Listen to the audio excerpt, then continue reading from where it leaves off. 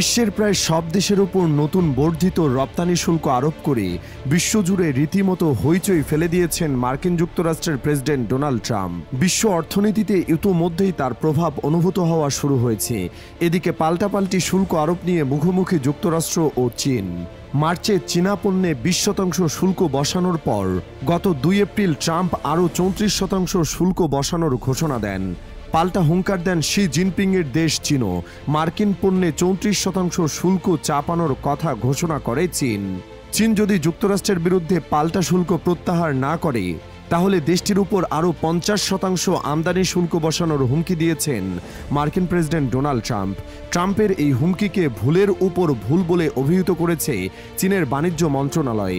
মার্কিন নীতির সমালোচনা করে চীনের বাণিজ্য দপ্তরের বিবৃতিতে বলা হয়েছে, আরও একবার আমেরিকার ব্ল্যাকমেইল করার চরিত্রটি প্রকাশ্যে চলে এসেছে। ওই বিবৃতিতে আরও লেখা হয়েছে, যদি আমেরিকা এইভাবেই চলার কথা ভাবে তবে চীনও শেষ পর্যন্ত লড়াই করবে।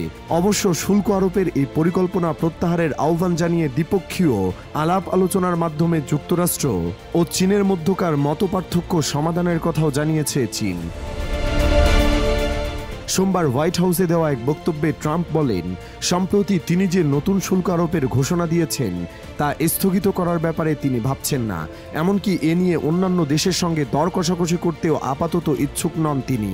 ট্রাম্প হুঁশিয়ারি দেন, যদি চীন মঙ্গলবারের মধ্যে তাদের পাল্টা শুল্ক প্রত্যাহার না করে তাহলে তিনি চীনা পণ্যের উপর 50% অতিরিক্ত শুল্ক আরোপ করবেন।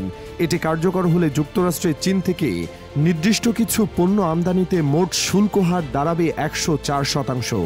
এখন যুক্তরাষ্ট্র যদি 104% শুল্ক আরোপ করে তাহলে চীন থেকে যুক্তরাষ্ট্রে পণ্য আমদানি করা মার্কিন কোম্পানিগুলোর জন্য এক বিশাল বোঝা হয়ে দাঁড়াবে। এ বিষয়ে ট্রাম্প বলেন, আমি আগেই সতর্ক করেছিলাম, যুক্তরাষ্ট্রের বিরুদ্ধে যদি কোনো দেশ পাল্টা শুল্ক আরোপ করে তবে তারা সঙ্গে সঙ্গে নতুন ও অনেক বেশি হারে শুল্কের মুখোমুখি হবে। এই প্রতিক্রিয়ায় চীন বলেছে, চীনকে চাপ বা হুমকি দিয়ে কখনোই লাভ হবে না।